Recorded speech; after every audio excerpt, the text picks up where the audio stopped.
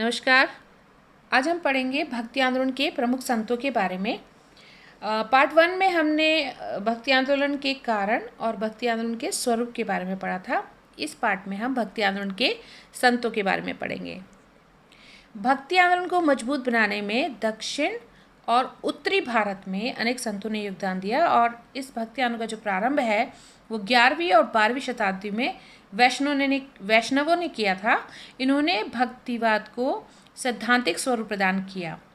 भक्ति आंदोलन के प्रमुख संतों में रामानुज, माधवाचार्य, वल्लभाचार्य, निम्बार्क, रामानंद, चैतन्य, कबीर, नानक, ऐसे बहुत से संतों के नाम आते हैं। रामानुज, इनका समय है 12वीं शताब्दी में। इनको मध्ययुगीन भक्ति आंदोलन का जन्मदाता कहा जाता है। ये महान वैष्णव संत थे। इनका जन्म 1017 ईस्वी में तिरुपति नगर आंध्र प्रदेश में हुआ था। यद्यपि शुरू में ये शंकराचार्य के विचारों के समर्थक थे, लेकिन बाद में रामानुज ने शंकर के अद्वैतवाद में कुछ संशोधन करके विशिष्टाद्वैतवाद की स्थापना की। शंकराचार्य का जो ब्रह्म है वो शुद्ध, बुद्ध और निराकार था। उसका मनुष्य से कोई सीधा संपर्क नहीं है।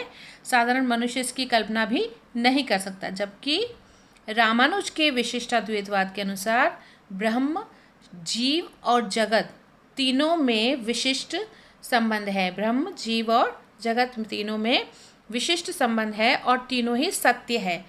रामानुज ने जीव और जगत को अनिवार्य रूप से ईश्वर पर आश्रित माना।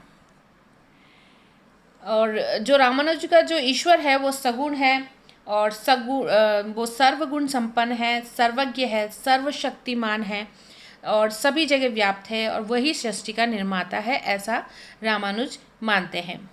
अब पढ़ेंगे रामानुज का प्रपत्ति मार्ग। ये क्या है?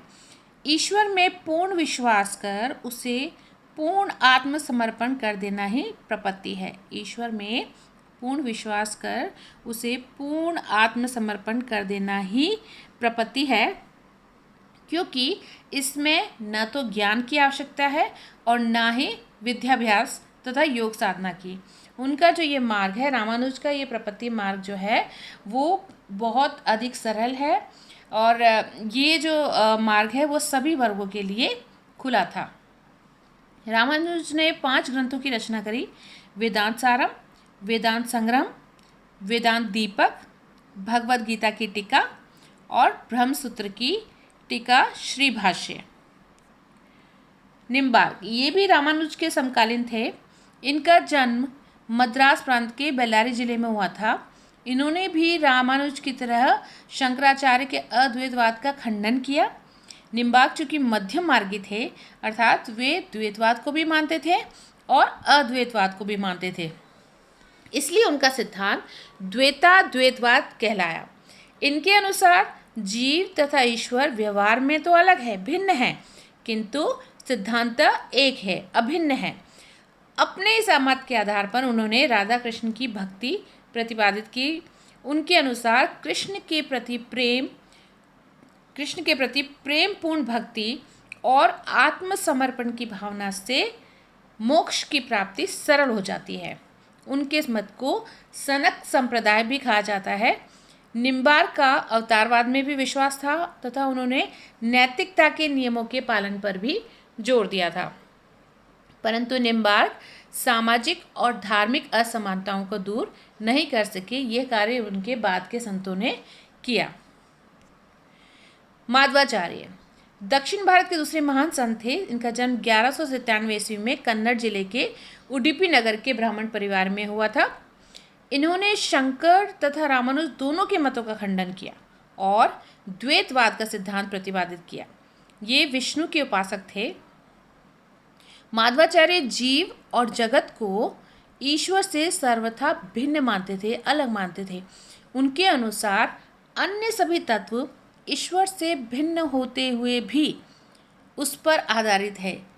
केवल ईश्वर की ही अपनी स्वतंत्र सत्ता है, इसलिए उन्होंने द्वैतवाद का सिद्धांत दिया। उनका ईश्वर जो है, माधवाचार्य के अनुसार उनका जो ईश्वर है सर्वगुण संपन्न है और उसका संपूर्ण ज्ञान मानव शक्ति से परे है। उनके अनुसार केवल ज्ञान द्वारा ईश्वर की प्राप्ति संभव नहीं हो सकती है।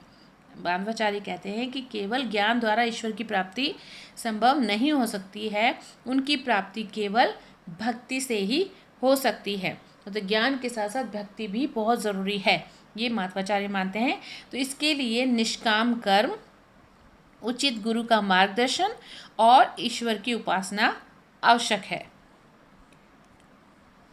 रामानंद, इनका समय है 14वीं से 15वीं शताब्दी में। उत्तरी भारत में भक्ति मार्ग का प्रसार करने में रामानंद का जो स्थान है वो बहुत प्रमुख है, महत्वपूर्ण है। इनका जन्म 1299 ईस्वी में प्रयाग यानी इलाहाबाद के एक कान्यकुब्ज ब्राह्मण परिवार में हुआ था। इनकी शिक्षा दीक्षा बनारस में हुई। यह रामानुज के शिष्य थे। इन्होंने दक्षिण और उत्तर भारत के भक्ति आंदोलन के बीच सेतु का काम किया, अर्थात भक्ति आंदोलन को दक्षिण भारत से उत्तर भारत में लाए। कौन? रामानंद। इनके आराध्य देव थे राम। रामानंद ने ब्रह्म सूत्र पर आनंद भाष्य लिखा, जिसमें ब्रह्म के रूप में राम को मान्यता प्रदान की। उन्होंने ईश्वर के सगुण और निर्गुण दोनों रूपों का समर्थन किया। सगुण और निर्गुण दोनों रूपों का समर्थन किया। उनके द्वारा जो स्थापित संप्रदाय है वो रामावत संप्रदाय कहलाता है। रामानंद ने अपने उपदेश संस्कृत के स्थान पर हिंदी में दिए। जो दक्षिण के जितने भी संत रहे उन्होंने अपने उपदेश संस्कृत में दिए थे, लेकिन रामानंद ने उत्तर भारत में जब ये भक्ति आंदोलन लेकर आए तो उन्होंने अपने जो उपदेश दिए वो संस्कृत की जगह हिंदी में दिए, जिससे ये आंदोलन बहुत लोकप्रिय हुआ और हिंदी साहित्य का भी निर्माण आरंभ हुआ। रामानंद ने एकेश्वरवाद पर जोर दिया और जाति संबंधी भेदभाव की निंदा की और भक्ति का जो द्वार है वो सबके लिए खोला। रामानंद के 12 शिष्य थे, उनमें कई जातियों के लोग थे। वैसे बहुत सारे थे लेकिन 12 प्रमुख शिष्य थे। जैसे रविदास, जिन्हें रैदास भी कहते हैं, ये चमार थे। कबीर जुलाहा और धन्ना जो थे वो एक जाट किसान थे। सैन नाई थे। सगना कसाई और पीपा जो थे वो राजपूत थे। इसके अलावा कुछ ब्राह्मण शिष्य भी थे, जैसे भवानंद, सुखानंद, आशानंद, सुरसुरानंद, परमानंद और महानंद।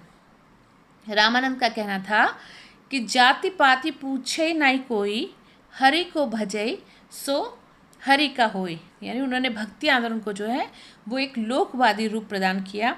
और उनकी कुछ स्त्रियां भी थी, जैसे पद्मावती, सुरसरी और गंगा। तो उन्होंने जात पात का विरोध किया और एकेश्वरवाद पे जोर दिया तथा भक्ति का द्वार सभी के लिए खोल दिया। रामानंद ने वैष्णव संप्रदाय और भक्ति आंदोलन को मुख्यतः 3 प्रकार से प्रभावित किया। कैसे? उन्होंने एक तो राम सीता की भक्ति पर बल दिया। दूसरा, अपने उपदेश हिंदी में दिए। उसका पहला लाभ क्या हुआ कि उनके उपदेश जनसाधारण तक आसानी से पहुँचे और दूसरा लाभ हुआ हिंदी साहित्य का विकास हुआ।